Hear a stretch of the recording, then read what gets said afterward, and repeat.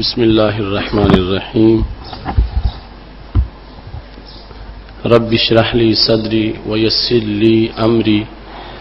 واحلل عقدۃ من لسانی یفقہوا قولی الحمد للہ وحدہ والصلاة والسلام علی من لا نبی بعدہ وعلی آلہ واصحابہ الذین اوفوا عہدہ اما بعد فاعوذ باللہ من الشیطان الرجیم بسم اللہ الرحمن الرحیم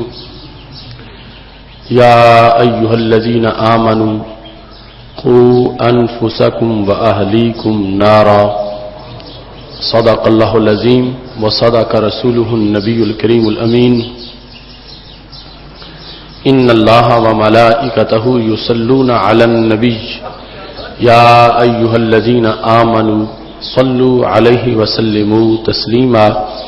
الصلاۃ والسلام علیک یا سیدی یا رسول اللہ وعلی آلک واصحابک یا حبیب اللہ مولاي صل وسلم دائما ابدا على حبیبک خیر الخلق كلهم منزہ عن شریک فی محاسنہ فجوہر الحسن فیہ غیر منقاسم یا اکرم الخلق مالی من الوذ به سواک عند حلول الحادث العممی محمد تاج رسل اللہ قاطبة محمد صادق الاقوال والکلم محمد ذکرہ روح لانفسنا محمد شکرہ فرد علی الامم رب صلی وسلم دائما ابدا علی حبیبک خیر الخلق کلہم اللہ تبارک و تعالی جل جلالہ وعم نوالہ واتم برہانہ وعظم شانہ وجل ذکرہ وعز اسمہ کی حمد و ثنا اور حضور سرور کائنات مفخر موجودات زینت بزم کائنات دستگیر جہاں غم گسار زمان سید سروران حامی بے کساں قائد المرسلین خاتم النبیین احمد مجتبی جناب محمد مصطفیٰ صلی اللہ علیہ وآلہ واصحابہ وبارک وسلم کے دربار گوہر بار میں ہدیہ درود و سلام عرض کرنے کے بعد رب ذوالجلال کے فضل اور توفیق سے آج خطبہ جمعۃ المبارک میں ہماری گفتگو کا موضوع ہے ادب اور اس کی اقسام۔ میری دعا ہے خالق کائنات جل جلالہ ہم سب کو قرآن و سنت کا فہم عطا فرمائے اور قرآن و سنت کے ابلاغ و تبلیغ اور اس پر عمل کرنے کی توفیق عطا فرمائے۔ انسان کو ادب کے ذریعے سے جو مقام و مرتبہ میسر آتا ہے وہ دارین میں اس کی سعادتوں کا سبب بنتا ہے۔ لفظ ادب کا مطلب کسی کو طعام کی طرف دعوت دینا ہے۔ عربی زبان میں لفظ مأدبہ استعمال ہوتا ہے۔ مأدبہ ادب سے مشتق ہے جس کا معنی کھانا ہوتا ہے۔ سید عالم نور مجسم شفیع معظم صلی اللہ علیہ وسلم کا فرمان ہے ان ھذا القرآن مأدبۃ اللہ، لوگو یہ قرآن اللہ کی طرف سے آیا ہوا کھانا ہے۔ وہاں پر لفظ مأدبہ استعمال ہوا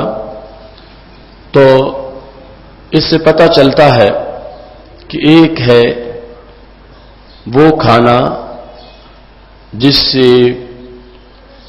انسان کے جسم کی نشو و نما ہوتی ہے، اور ایک ہے وہ جس سے انسان کی روح پر نور ہوتی ہے، جس سے جسم کو فائدہ ہوتا ہے، جسم کو نشو و نما ملتی ہے اس کو بھی عربی زبان میں ادب اور مادبہ سے تعبیر کیا گیا. اسی پر قیاس کرتے ہوئے وہ طاقت کہ جس کی بنیاد پر انسان کی روح کو نشو و نما ملے اور روح کے اندر نکھار آئے، اس کو بھی ادب سے تعبیر کیا جاتا ہے. ادب کی نسبت سید عالم نور مجسم شفیع معظم صلی اللہ علیہ وسلم کی طرف بھی کی گئی، اور ادب کی نسبت بندوں کی طرف بھی کی گئی، یعنی عام انسانوں کی طرف بھی. سید عالم نور مجسم شفیع معظم صلی اللہ علیہ وسلم ارشاد فرماتے ہیں ادبانی ربی فاحسن تأدیبی، میرے رب نے مجھے ادب سکھایا اور اس نے بہت اچھا مجھے ادب سکھایا اور اچھے انداز میں اس نے تأدیب کی. سید عالم نور مجسم شفیع معظم صلی اللہ علیہ وسلم کا مقام و مرتبہ ساری کائنات سے بلند ہے. تمام انبیاء کرام علیہم السلام میں آپ کی شان و عظمت سب پر واضح ہے. آپ کا خلق عظیم اور آپ کے بلند اطوار اس کائنات کے اندر سب سے پہلے نمبر پر ہیں. تو پاک محبوب علیہ الصلوۃ والسلام نے خود اس کو بیان کرتے ہوئے واضح کیا کہ جب مجھے ادب سکھانے والی ذات سب سے بڑی ذات ہے، رب کائنات ہے، تو اس بنیاد پر جو کچھ مجھے رب نے سکھایا اور جس سے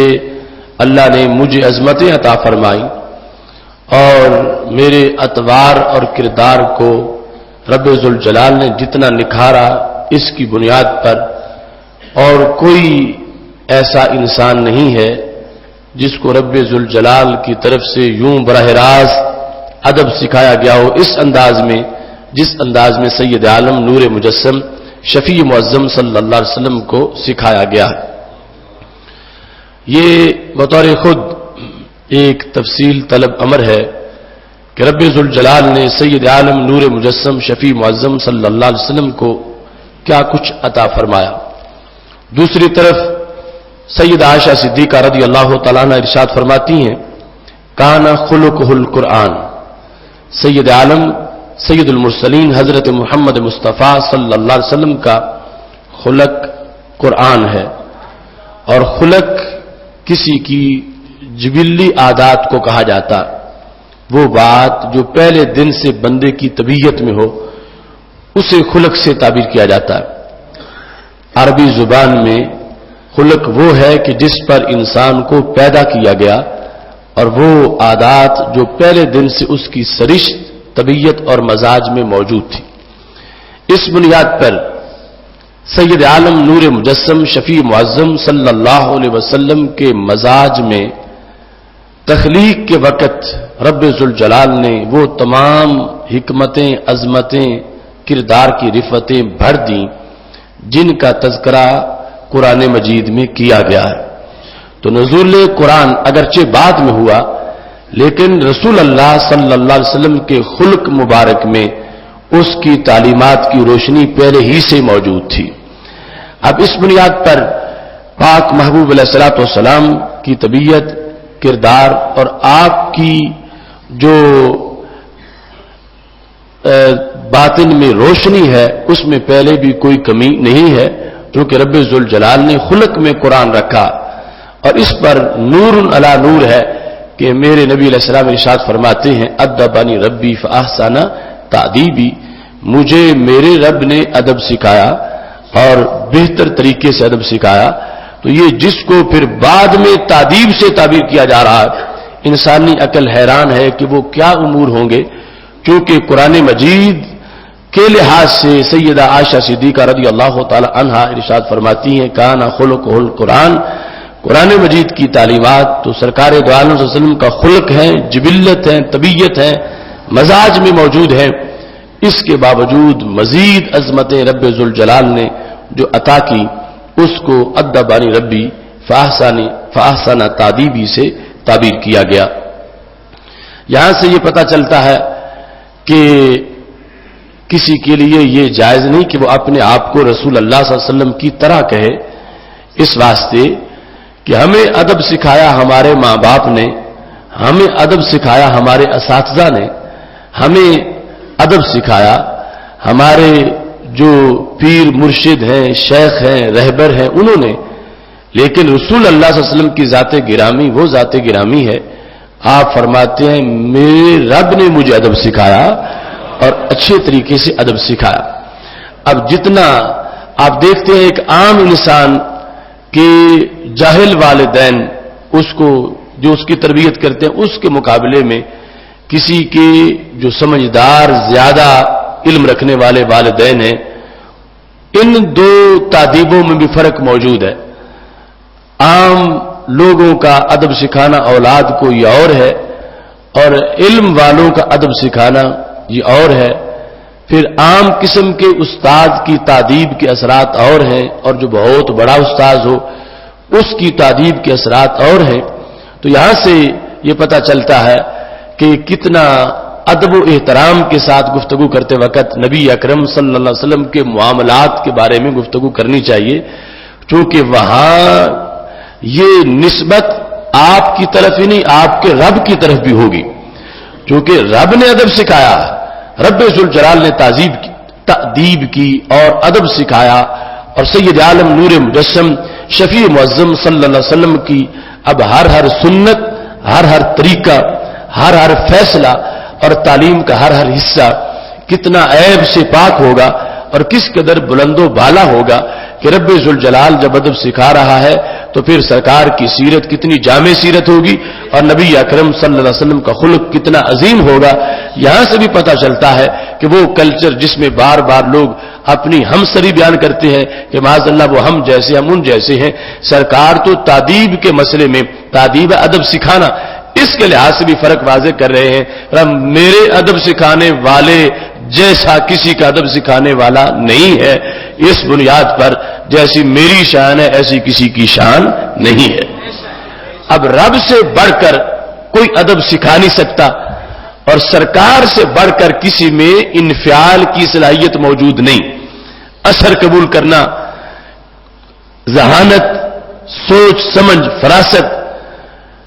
یعنی اگر معاذ اللہ کمی ہوتی تو یا تو اس لیے کہ ادب سکھانے والے میں کوئی کمی ہوتی، یا اس لیے کہ سیکھنے والے کی صلاحیت میں کوئی کمی ہوتی کہ سکھانے کے باوجود پک کرنے کی صلاحیت اور انفعال کی صلاحیت معاذ اللہ کوئی تھوڑی ہو. اور یہاں جو سکھانے والا ہے اس کے سکھانے کا جو انداز ہے اس میں بھی کوئی عیب نہیں ہے، اور جو سیکھنے والے ہیں ان کے سیکھنے میں بھی کوئی عیب نہیں ہے. تو یہاں سے پتہ چلا کہ رب ذوالجلال نے عام انسانوں کے مقابلے میں بلکہ انبیاء علیہ السلام سے بھی کتنا اونچا مرتبہ ہمارے آقا علیہ الصلوۃ والسلام نے کو عطا فرمایا ہے. ادبنی ربی فاحسن تادیبی، اوروں کی تادیب سکھانے والے، ان کے مؤدب، ان کو تادیب دینے والے، ادب سکھانے والے وہ اور ذاتیں ہیں. مجھے میرے رب نے ادب سکھایا ہے. اس بنیاد پر یہ شوق بھی دلایا کہ میری سنت کے لحاظ سے کسی ذہن میں کوئی انقباض، کوئی جھجک محسوس نہیں ہونی چاہیے، اس واسطے کہ جو رب کے نزدیک پسندیدہ ہے وہ میری سنت کا حصہ ہے.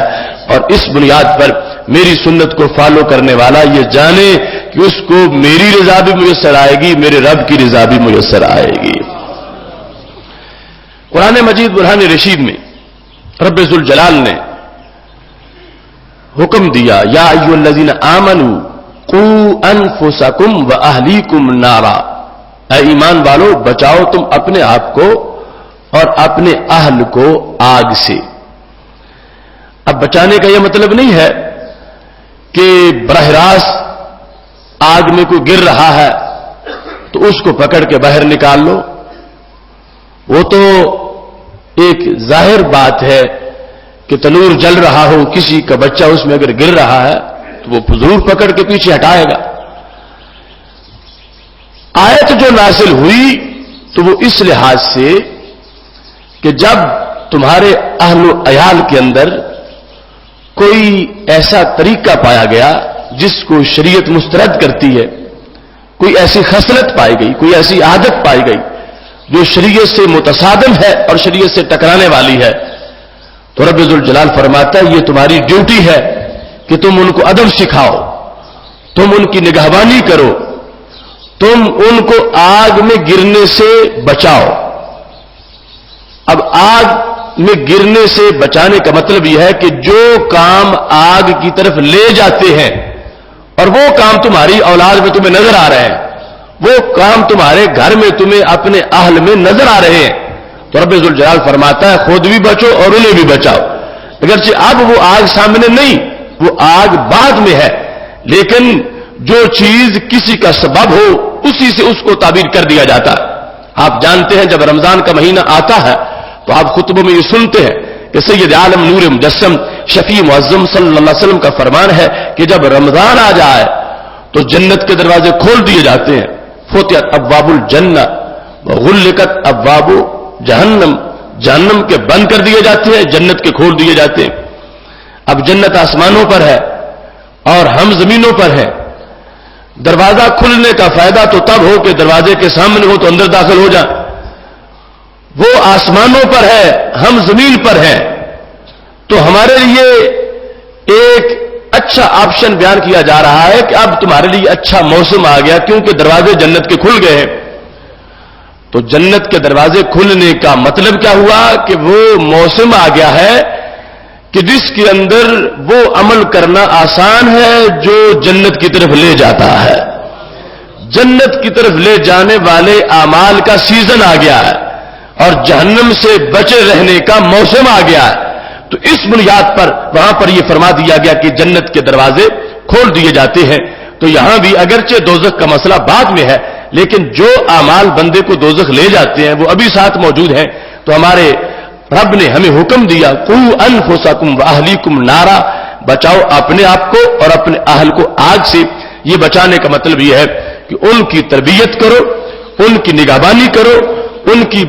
جو بری خصلتیں ہیں وہ نوٹ کرو اور ان کے اندر جو کجی آ چکی ہے اس کو دور کرنے کے لیے کردار ادا کرو۔ تو یہ اپنی اصلاح کے ساتھ اپنے اہل و عیال کی اصلاح کا جو حکم دیا گیا، تو یہ ادب کا وہ پہلو ہے کہ جس کے لحاظ سے ہر مومن کو یہ حکم دیا گیا کہ وہ اپنے گھر کی نگہبانی کرے اور ادب کے لحاظ سے کاٹ چھانٹ کرے، تہذیب کرے اور ان میں جو ناجائز بات ہو اس کو دور کرے۔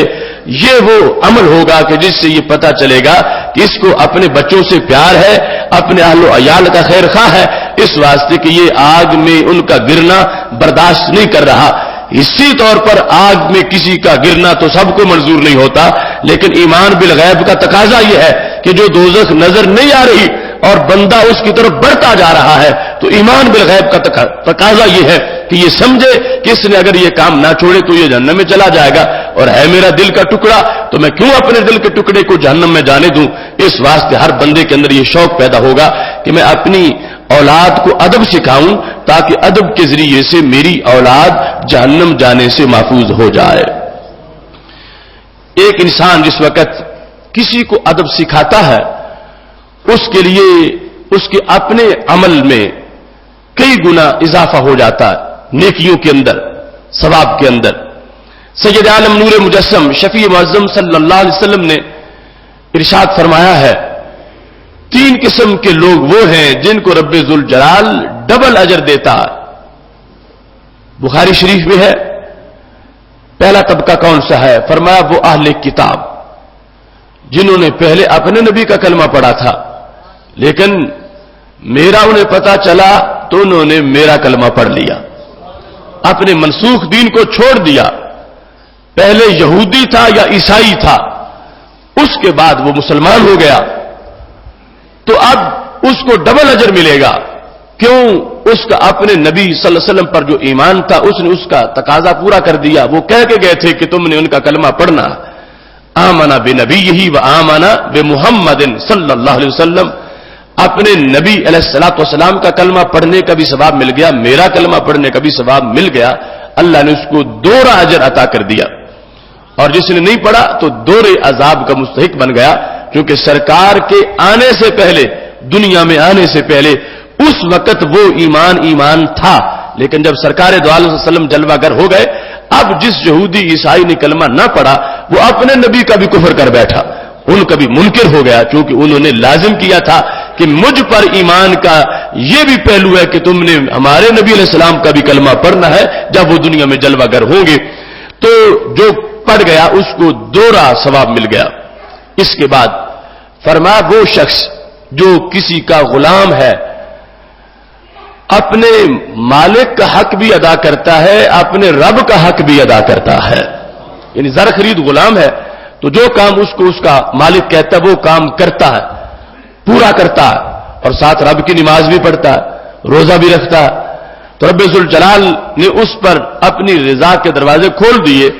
کہ وہ زر خرید غلام ہو کے بھی اپنے رب کو ناراض نہیں کرتا، اور اپنا مالک جو دنیا میں اس کا بھی کام کرتا، اس کو بھی رب ذوالجلال نے دوہرا اجر دینے کا اعلان کیا۔ سید عالم نور مجسم شفیع معظم صلی اللہ علیہ وسلم ارشاد فرماتے ہیں تیسرے نمبر پر وہ انسان ہے کہ جس انسان نے کوئی لونڈی تھی اس کو کھلایا پلایا اور اس کو ادب سکھایا۔ یہ جو اس موضوع کے لحاظ سے ایک ہے محض اس کو کھلاتا پلاتا ہے اور آتی اس کی جیسی ہے ویسی رہے، اور ایک یہ کہ ساتھ اس کی تعدیب کرتا ہے، اس کو ادب سکھاتا ہے اور اس کی عادتیں صحیح کرتا ہے، اس کو اچھے طریقے بتاتا ہے۔ تو ہمارے آقا علیہ الصلوۃ والسلام ارشاد فرماتے ہیں ایک تو وہ اس کا وصف کہ اس نے اس کے ساتھ حسن سلوک کیا کھانے پینے کے لحاظ سے، اس کی وجہ سے اس کو نیکی ملے گی،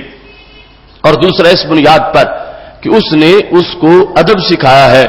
رب ذوالجلال اس کو ڈبل ثواب عطا فرما دے گا۔ اسی پر قیاس ہے اولاد کا بھی۔ ایک شخص اپنی اولاد کی صرف جسمانی ضرورت پوری کرتا اور ان کی روحانی ضرورت پوری نہیں کرتا، وہ جو کہیں ان کو خرید کے دیتا ہے، جو مانگے وہ کھلا دیتا ہے، لیکن دوسری طرف وہ گالیاں دیتے رہیں، وہ چوری کرتے رہیں، وہ بے حیا بنتے رہیں تو یہ ان کو ٹوکتا نہیں، یہ ان کو روکتا نہیں۔ تو اب جو اس نے کردار ادا کیا وہ سنگل حیثیت کا ہے، اور دوسری طرف وہ جو ان کی ضرورتیں بھی پوری کرتا ہے اور ساتھ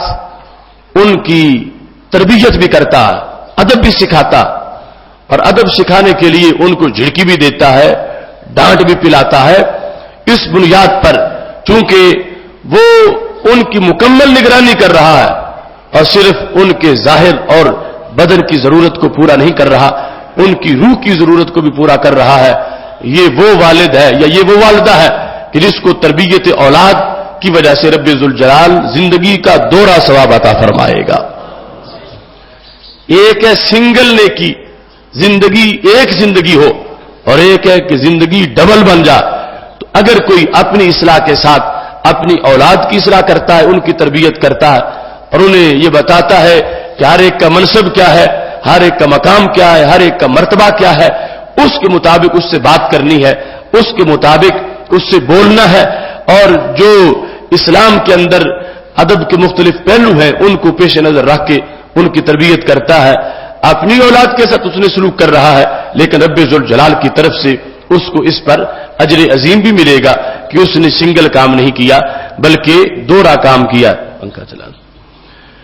سید عالم نور مجسم شفیع معظم صلی اللہ علیہ وسلم نے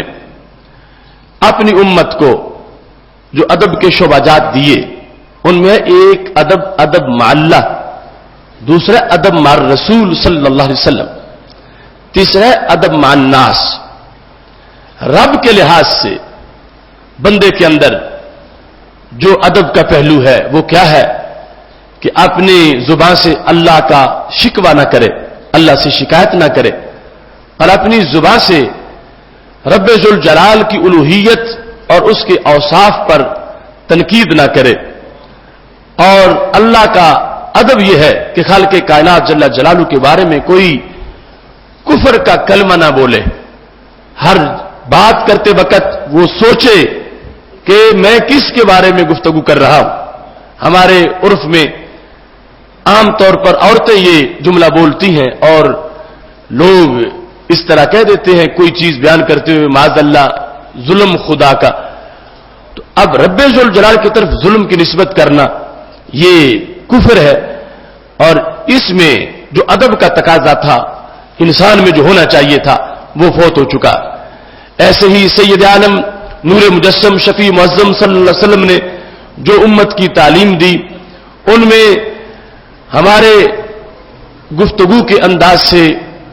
اور بالخصوص رب ذوالجلال کی عبادت کے لحاظ سے جو احتیاط کی ضرورت ہے، وہ سارے کے سارا ادب ہی کا حصہ. صحابہ کرام علیہم رضوان کہتے ہیں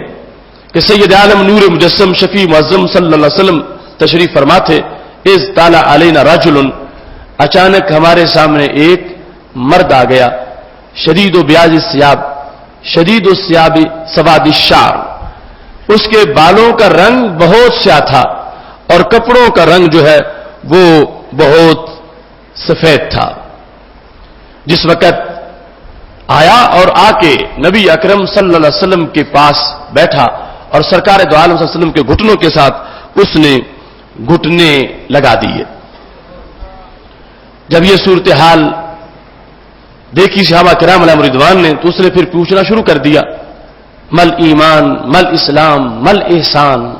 ایمان کیا ہوتا ہے، اسلام کیا ہوتا ہے، احسان کیا ہوتا ہے.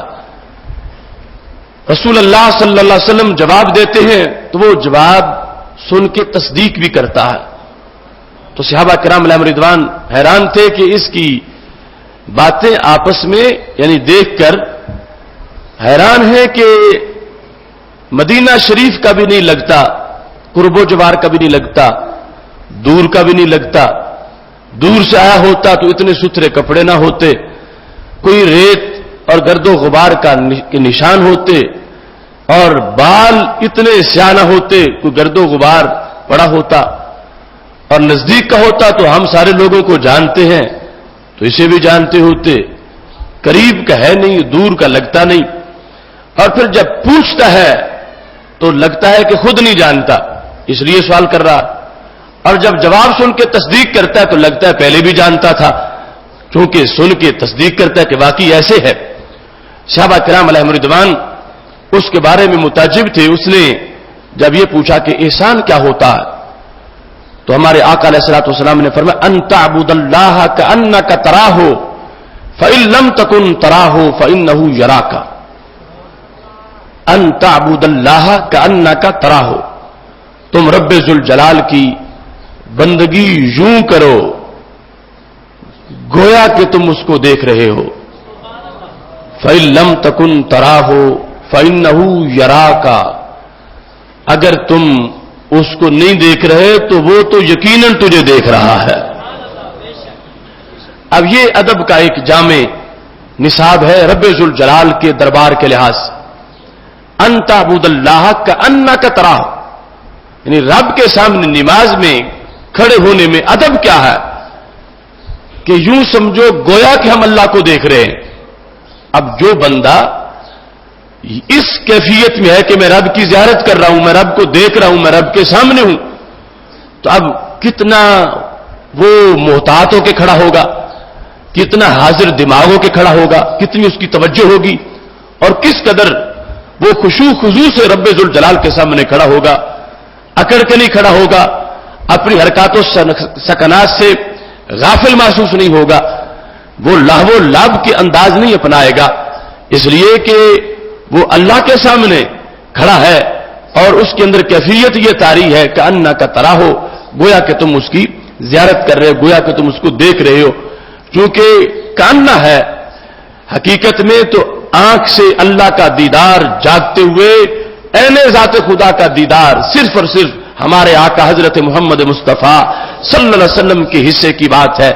اور کسی کے حصے کی بات نہیں ہے. باقی سب کو جنت میں جا کے دیدار ہوگا، مگر کچھ تجلیات کا ظہور اور انسان پر کیفیات ایسی بن جائیں، یہ نماز کے اندر یقیناً ایسی رویت اس انداز کی وہ اولیاء کے لیے ثابت ہے کہ ایسی کیفیات جس میں انکشاف ہو، نور کا ظہور ہو، تو ایسا ہوتا ہے. تم رب ذوالجلال کی یوں بندگی کرو کہ انک تراہ، گویا کہ تم اس کو دیکھ رہے ہو. اور فإن لم تکن تراہ، اگر یہ کیفیت تم میں نہیں بن سکتی، مشکل ہے، تمہیں خیال بار بار آتے ہیں، تو پھر فرمایا اگلی بات ہے، اور وہاں کأنہ نہیں، وہاں انہ ہے. کأنہ تو گویا کے، اور انہ ہے بالیقین. اگر تم اس کو نہیں دیکھ رہے فإنہ یراک، وہ تو یقیناً تمہیں دیکھ رہا ہے. اب یہ پہلی اگر کیفیت نہیں بنتی تو دوسری کیفیت تو ضرور ہونی چاہیے. دوسری کیفیت کی بنیاد پر بھی بندہ پھر غافل نہیں کھڑا ہوگا کہ اللہ مجھے دیکھ رہا ہے. ایک یہ ہے ہمارے عقیدے کے اندر حصہ، ہر مومن کہتا ہے کہ مجھے میرا رب دیکھ رہا، اور ایک ہے کہ اس کو ہر وقت ذہن میں رکھنا کہ مجھے میرا رب دیکھ رہا. یہ دونوں جدا جدا چیزیں. عقیدہ سب کا ہے کہ مجھے میرا رب دیکھ رہا، مگر عملاً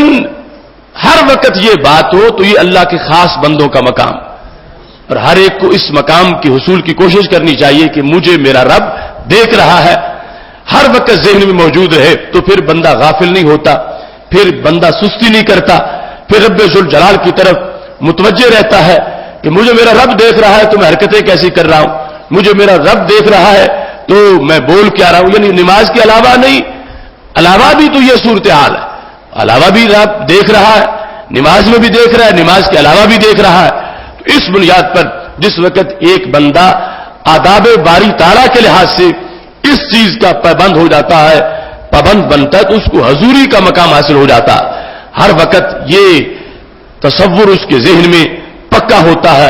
میرا رب مجھے دیکھ رہا ہے. ہر کام میں یہ صورتحال جب اس کو میسر آ جاتی ہے تو یقیناً وہ اللہ کا ولی ہوتا ہے، اور پھر کبھی بھی شیطان اس کو گمراہ نہیں کر سکتا، اس واسطے کہ رحمت کا حصار اس کے گرد موجود رہتا ہے. اور رب ذوالجلال کے ادب کے لحاظ سے اس کو یہ برکت ملتی ہے کہ خالق کائنات جل جلالہ پھر اس کو اپنی رحمت سے مالا مال فرماتا ہے، کیونکہ ہر ایک کو اللہ نے اپنا قرب دیا ہے. وہ قرب اس میں بندے کا کوئی کسب اور کمال نہیں. نحن اقرب الیہ من حبل الورید. وہ تو انسان مطلقاً انسان جو ہے اس کو بھی رب کا قرب حاصل ہے، خواہ وہ مومن ہو خواہ وہ کافر ہو، کیونکہ وہاں آیت میں ضمیر کا مرجع مطلقاً انسان ہے. اللہ مومن کی شارک سے بھی قریب ہے، کافر کی شارک سے بھی قریب ہے، مگر رب ذوالجلال کا قرب جس کو اللہ فرماتا ان اللہ مع الصابرین، اللہ صبر کرنے والوں کے ساتھ ہے، واللہ مع المتقین، اللہ پرہیزگاروں کے ساتھ ہے. تو یہ وہ ہے کہ جب بندہ بھی یہ سمجھے کہ میں اس کے قریب ہوں، وہ تو قریب ہے ہی، وہ قدرت اس کی ایسی ہے، لیکن بندہ جو ہے یہ جب اپنے آپ کو بیدار کر لے کہ میں اس کے قریب ہوں، تو یہ خاص بندے کی عظمت تب اس کو ملتی ہے کہ جب یہ اپنے آپ کو قریب سمجھنا شروع کر دیتا ہے تو پھر نماز سے غافل نہیں ہوتا، پھر روزہ نہیں چھوڑتا، پھر ناجائز نہیں دیکھتا. اس کو پتا ہے کہ میرا رب مجھے دیکھ رہا ہے تو میں کیسے چھپ کے گناہ کروں، میں تو اس سے چھپ ہی نہیں سکتا. اس کی بنیاد پر ادب باری تعالیٰ جس وقت بندے کے اندر رچ بس جاتا ہے اس میں اس کی عافیت ہے، اس کا بلند مقام و مرتبہ ہے کہ رب ذوالجلال اس کو اپنی معرفت اور اپنے قرب کی چاشنی عطا فرما دیتا ہے. ادب رسالت قرآن مجید برہان رشید میں بار بار اس کا تذکرہ موجود ہے. ہمیں سید عالم نور مجسم شفیع معظم صلی اللہ علیہ وسلم کے آداب کا حکم دیا گیا. فرمایا گیا لا تقولوا رائنا وقولوا انظرنا. رائنا نہ کہو ایمان والو، رائنا نہ کہو، انظرنا کہو. یعنی جس وقت صحابہ کرام علیہم رضوان رسول اللہ صلی اللہ علیہ وسلم کو اپنی طرف متوجہ کرنے کے لیے یہ لفظ بولتے تھے رائنا، محبوب ہماری رعایت کرو، ہمارا لحاظ فرماؤ، ہم ساتھ ساتھ لکھ رہے ہیں، آپ بول رہے ہو تو ہمیں لکھ لینے دو، پھر آگے مزید جملہ بولو. یہ رعایت کے لیے صحابہ نے درخواست کی، لیکن اس کا معنی دشمنوں نے غلط نکال لیا، اور انہوں نے جب اس کو رائی نہ کہنا شروع کر دیا تو رب ذوالجلال نے لا تقولوا سے حرمت نازل فرما دی کہ اگرچہ صحابہ تمہاری نیت ٹھیک ہے اور تم اس سے کسی بے ادبی کا ارادہ نہیں کرتے اور تم جائز معنی مراد لے رہے ہو، لیکن جو دشمن ہے وہ اسی کو ہتھیار بنا کے اپنی غلط خواہش کو پورا کرنا چاہتے ہیں. تو اس بنیاد پہ رب ذوالجلال نے ادب رسالت کو ظاہر کرنے کے لیے یہ فرما دیا کہ لا تقولوا رائنا، رائنا مت کہو، وقولوا انظرنا، یہ کہو محبوب ہم پہ نظر کرم فرمائیے۔ اب یہ رب ذوالجلال کی طرف سے اتنی پابندی، مفسرین لکھتے ہیں کہ اگر کوئی صحابی بھی اس کے بعد جب آیت اتر چکی تھی رائے نہ کہتا تو ایمان سلامت نہ رہتا، چونکہ رب ذوالجلال کی طرف سے روک دیا گیا ہے۔ تو اس سے پتا چلا کہ جس وقت ایک لفظ ایسا ہے کہ جس میں گستاخی کا وام موجود ہے اور ایک معنی گستاخی والا نکل رہا ہے، تو اس سے بھی اجتناب ضروری ہے، اس کو بھی زبان پہ نہ لانا اور اس سے بھی دور رہنا مومن کے لیے ضروری ہے، تاکہ اسے یہ پتا چلے کہ وہ آداب دربار رسالت کو سمجھتا ہے اور سید عالم نور مجسم شفیع معظم صلی اللہ علیہ وسلم کی ذات کے لحاظ سے جو تعظیم و توقیر کا حکم خالق کائنات نے دیا ہے اس حکم پر مکمل عمل کرنے والا ہے۔ اسی بنیاد پر فتاوی عالمگیری اور دیگر بہت سے فقہی لٹریچر میں موجود ہے، لو قال لنعل النبی نعیل یکفر ولو قال لشعر النبی شعیر یکفر، اگر کوئی شخص رسول اللہ صلی اللہ علیہ وسلم کے نالین شریف کو حقارت سے چھوٹا کہتا ہے، چونکہ تصغیر کا صیغہ چھوٹے پن کے لیے ہوتا ہے، چھوٹے پن کے لیے ایک ہے صندوق، ایک ہے صندوقچہ، تو تحقیر کے لیے چھوٹا سا لفظ استعمال کیا جاتا ہے۔ تو اگر کسی نے سرکار دو عالم صلی اللہ علیہ وسلم کے نال شریف کو، جس کو اردو میں جوتا کہتے ہیں، اس کو تصغیر کے لفظ سے بولا تو 500 علماء ہند نے اس فتوے پہ دستخط کیے کہ یہ بھی کفر ہوگا۔ وَلَوْ قَالَ لِشَعْرِ النَّبِيِّ شُعَيْرٌ، اگر اس نے رسول اللہ صلی اللہ علیہ وسلم کے شعر، جس کا معنی منہ مبارک ہے، اس کو تصغیر سے بیان کیا، چھوٹے پن سے، اتنا کہنے سے بھی کفر کا زبان سے کفر کا صدور ہو جائے گا۔ تو آداب رسالت کے لحاظ سے بھی یہ چیز ذہن میں ہونی چاہیے کہ کس حد تک احتیاط لازم ہے۔ سید عالم نور مجسم شفیع معظم صلی اللہ علیہ وسلم کی ذات، آپ کی صفات، آپ کی تعلیمات اور آپ کی منصوبات، ان ساری چیزوں کا ادب ضروری ہے، ذات کا بھی، تعلیمات کا بھی، اور اس کے ساتھ ساتھ جو سرکار کی سنت ہے۔ اب ایک شخص مثال کے طور پر داڑھی نہیں رکھ سکا مگر اپنی کوتاہی سمجھتا ہے کہ سرکار نے حلیت المومن فرمایا تھا کہ مومن کا زیور ہے، لیکن یہ اب تک اس پہ عمل نہیں کر سکا مگر ڈرتا ضرور ہے، توہین نہیں کرتا۔ اور دوسرا وہ کہتا ہے کوئی گستاخانہ لفظ جس سے اس سنت کی توہین ہوتی ہو ایسا بولتا ہے، اب توہین سنت کفر بن جائے گا۔ دوسرا وہ بے عملی ہے، بد عملی ہے، وہ فسق ہے، تو جو عمل نہیں کر سکا تو یہ فسق شمار ہوگا، لیکن جب توہین کرے گا سنت کی تو یہ بالاتفاق علماء کرام کے سنت کی توہین کو کفر کہا گیا کہ سنت کو چھوٹا سمجھنا، اس کی توہین کرنا، اس پر جملے کسنا اور اس کو معاذ اللہ مختلف لفظوں سے، حقارت والے لفظوں سے بیان کرنا، اس کو تیر کیا گیا ہے۔ اس واسطے آداب دربار رسالت میں ہر چیز ذات پر بھی تنقید نہ ہو، صفات پر بھی تنقید نہ ہو، تعلیمات پر بھی تنقید نہ ہو۔ آج ہمارے لیے نام نہاد روشن خیالوں کا طبقہ ہمیں معاذ اللہ سنت اور تعلیم قرآن و سنت کے لحاظ سے ان کے مختلف جملے ملتے ہیں جس میں سید عالم نور مجسم شفیع معظم صلی اللہ علیہ وسلم کی اداؤں کو معاذ اللہ وہ تنقید کا نشانہ بنایا جاتا ہے۔ تو یہ ساری چیزیں آداب رسالت کے خلاف ہیں، اگرچہ کوئی مسلمان بول رہا ہو یا کوئی کافر بول رہا ہو، اس میں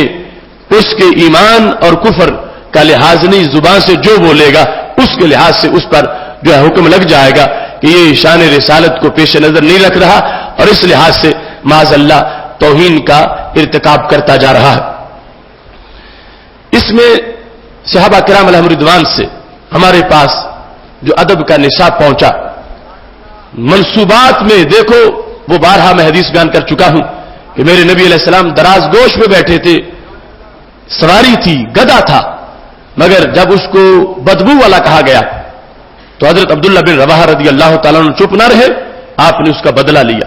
ڈنڈے مارے اس شخص کو جس نے بدبو والا کہا، اور یہ جواب دیا واللہ لا حمار رسول اللہ صلی اللہ علیہ وسلم اطیب ریحا منک، خدا کی قسم میرے نبی علیہ السلام کی سواری تو اس سے کہیں زیادہ خوشبو والی ہے۔ اور ادب کا یہ سبق منصوبات کے لحاظ سے، جس وقت اب دیکھتے ہو قرآن مجید میں ایک اونٹنی منسوب ہوئی ایک نبی کی طرف، تو اس کو ناقۃ اللہ کہا گیا، اللہ کی اونٹنی۔ تو اللہ کی اونٹنی چونکہ اللہ کی طرف منسوب ہو گئی ہے تو اس کا ادب تھا، اس کا احترام تھا۔ تو جب اس کی توہین ہوئی، نبی کی اونٹنی، اللہ کی اونٹنی، حضرت صالح علیہ السلام کی اونٹنی، تو اللہ کی طرف سے عذاب آیا کہ چونکہ عام نہیں تھی، یہ تو خاص چیز تھی، نسبت سے عظمت ملتی ہے، تو اس کی بے ادبی کیوں کی گئی؟ تو اس بنیاد پر رب ذوالجلال کی طرف جو منسوب چیزیں ہیں، یعنی جس طرح بیت اللہ ہے اللہ کا گھر، حالانکہ ہر گھر اللہ کا ہی ہے، لیکن ایک خاص گھر ہے جو رب ذوالجلال کی رحمتوں کا خصوصی وہاں پر نظارہ ہے اور رحمتوں کا محور ہے۔ اب اس گھر کی عظمت اور ہے، عام گھروں کا مقام اور ہے۔ ایسے ہی ایک ہے عام ولی، کسی کا دوست، ایک ہے ولی اللہ، اللہ کا دوست، تو اللہ کے دوست کی عظمت اور ہے، عام لوگوں کے دوستوں کی عظمت اور ہے۔ یہاں پر سید عالم نور مجسم شفیع معظم صلی اللہ علیہ وسلم کی طرف جو منسوب ہوا، کوئی آپ کی آل ہے، کوئی آپ کا صحابی ہے، تو آل بھی آپ کی طرف منسوب کہ آل نبی علیہ الصلوۃ والسلام، اصحاب رسول علیہ الصلوۃ والسلام، تو ادب کا تقاضا ہے کہ چونکہ سرکار دو عالم صلی اللہ علیہ وسلم کی طرف منسوب ہے تو پھر ان میں سے ہر ایک کا ادب ضروری ہے۔ ایسے ہی رشتے دیکھ لو، اب ازواج مطہرات، وہ امہات المومنین، وہ رسول اللہ صلی اللہ علیہ وسلم کی مقدس بیویاں، ان کو رب ذوالجلال نے مومنوں کی مائیں کہا، اور جو بنتی ہے کسی کی ویسے اس کے لیے ایک خاص وقت گزرتا ہے تو پھر اس کو کہا جاتا ہے، لیکن میرے نبی علیہ السلام کی ازواج کی شان کیا ہے؟ ادھر نکاح ہوا، اس کے ساتھ ہی وہ کروڑوں کی مائیں شمار ہونے لگیں، ان کو امہات المومنین کہا گیا، وہ ام المومنین ہے۔ اب ان کی عظمت اور ان کا ادب، ایک عام بیٹا اپنی ماں کا ادب کرتا ہے اور لازم ہے، لیکن جو سارے مسلمانوں کی مائیں ہیں ان کا ادب اور ان کا احترام کتنا ضروری ہوگا، اس لحاظ سے بھی آداب کے پہلو میں سوچنے کی ضرورت ہے۔ سیدہ عائشہ صدیقہ رضی اللہ تعالی عنہا، ان کے لحاظ سے کچھ لوگ معاذ اللہ بڑی یاوہ گوئی کرتے ہیں اور مہمل اور گندے الفاظ بولتے ہیں۔ صحابہ کرام علیہم رضوان نے جو ادب سکھایا، سرکار دو عالم صلی اللہ علیہ وسلم نے جو پڑھایا، ہمارے اہل سنت و جماعت کے دائیں بائیں رافضی خارجی ٹولہ وہ اس قصہ عفق کو بیان کرتے ہوئے دونوں طرف سے اس میں ایسے الفاظ بولے جاتے ہیں، ایک صرف یہ ثابت کرنے کے لیے کہ دیکھو ان کو علم ہوتا تو بولتے، علم نہیں تھا تو وہ قصہ اس انداز میں جو اپنی ماں کے بارے میں بیان نہیں کر سکتے وہ کھول کے ان کے بارے میں بیان کر دیتے ہیں، اور دوسری طرف وہ ٹولہ جو آج بھی سید عائشہ صدیقہ رضی اللہ تعالی عنہا پر معاذ اللہ تنقید کرتا ہے اور وہ جو جھوٹا الزام تھا اس کو دہراتا ہے کہ معاذ اللہ وہ الزام صحیح ہے، جبکہ قرآن مجید کی 18 آیات سید عائشہ صدیقہ رضی اللہ تعالی عنہا کی شان کو واضح کر رہی ہے اور ان کے کردار کو سچا ثابت کر رہی ہے، تو قرآن کے ایک لفظ کو جو نہ مانے وہ مسلمان نہیں رہتا، اور جو 18 آیات کا انکار کر رہا ہو وہ پھر مومن کیسے شمار ہوگا، اور کس لحاظ سے اس کے ایمان کی کوئی حیثیت باقی رہ جائے گی۔ تو یہ پہلو میرے آقا علیہ الصلوۃ والسلام کا یہ جملہ بخاری شریف میں موجود ہے، ابھی آیات کا نزول نہیں ہوا تھا، اس سے پہلے فرمایا تھا ما علمت علی اہلی من سوء، مجھے میری زوجہ محترمہ کے بارے میں یقین ہے کہ ان کے کردار میں کوئی خرابی نہیں ہے۔ اور پھر بطور خاص ایک موقع ایسا بھی آیا، امام راضی نے لکھا ہے انوار التنزیل کے اندر، ہمارے آقا علیہ الصلوۃ والسلام تشریف فرما تھے تو سیدنا صدیق اکبر رضی اللہ تعالی عنہ کا تو چونکہ اپنا معاملہ تھا، گھر کی بات تھی، ان سے سرکار نہیں پوچھ رہے تھے، حضرت عمر رضی اللہ تعالیٰ عنہ آئے تو میرے نبی علیہ الصلوۃ والسلام نے پوچھا، عمر یہ جو کچھ منافق کہتے ہیں تم بتاؤ تمہارا اس کے بارے میں خیال کیا ہے؟ اب سرکار آیات کا نزول بھی جو تاخیر سے ہوا تو اس میں بھی امتحان تھا کہ ہر ایک کو جو نمبر ملنے ہیں وہ نمبر مل جائے. حضرت عمر رضی اللہ تعالیٰ عنہ سے جب پوچھا میرے نبی علیہ السلام نے تو انہوں نے کہا محبوب میں کہتا ہوں منافق جھوٹ بولتے ہیں. تو میرے محبوب علیہ السلام نے فرمایا جھوٹ بولتے ہیں تو جھوٹ ثابت کرو, کیسے جھوٹ بولتے ہیں, دلیل دو. اب دلیل ادب سے مرکب اور ادب سے گوندی ہوئی وہ دلیل تھی. حضرت عمر رضی اللہ تعالیٰ عنہ کہنے لگے میرے محبوب یہ میں جانتا ہوں کہ رب ذوالجلال تمہارے بدن پہ مکھی نہیں بیٹھنے دیتا.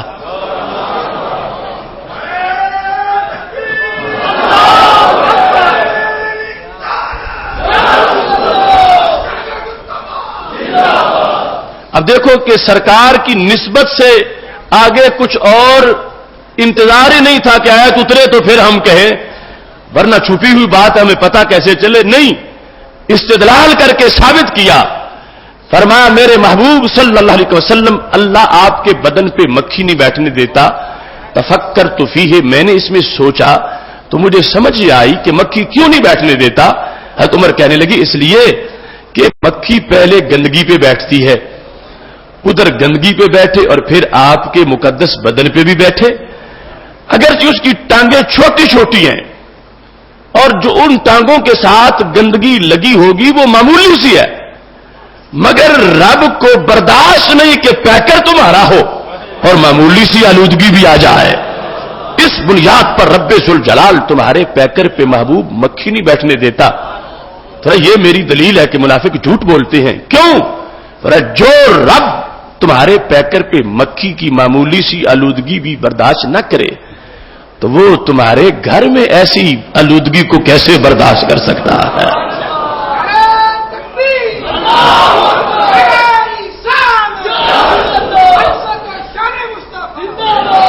دیکھو ادب کا خود تقاضا ہے. کہاں سے ثابت کیا اس بات کو؟ اصل میں امام راضی جو بحث کر رہے تھے اس مقام پر تو بحث یہ جاری تھی کہ اللہ کی مخلوقات کی حکمتیں کیا ہیں. ہر چیز کوئی نہ کوئی فائدہ ضرور دیتی ہے. تو یہ ثابت کرتے ہوئے امام راضی نے لکھا کہ دیکھو گندی سی مکھی ہے مگر کافر و منافق سے کتنی اچھی ہے کہ حضرت عائشہ صدیقہ کی عظمت کو بیان کرنے کا باعث بن گئی ہے. یہ نہ ہوتی تو حضرت عمر استدلال کس سے کرتے؟ اس سے سیدنا عمر رضی اللہ تعالیٰ عنہ نے استدلال کر دیا. فرمایا ہے مکھی ہے گندی مگر کام کتنا اچھا دے گئی ہے. اس استدلال کرتے ہوئے حضرت عمر رضی اللہ تعالیٰ عنہ نے کتنا بڑا مسئلہ اپنی دماغ سے سوچ کے بیان کر دیا. ثم داخل عثمان, سرکار دو عالم صلی اللہ علیہ وسلم نے جب حضرت عمر رضی اللہ تعالیٰ عنہ کا فیصلہ سنا خوش ہوئے. اتنے میں عثمان غنی رضی اللہ تعالیٰ عنہ آ گئے. تو میرے محبوب علیہ السلام نے فرمایا عثمان تم کیا کہتے ہو, منافق جو کہتے ہیں تمہاری رائے کیا ہے؟ تو حضرت عثمان غنی رضی اللہ تعالیٰ نے کہا منافق جھوٹ بولتے ہیں.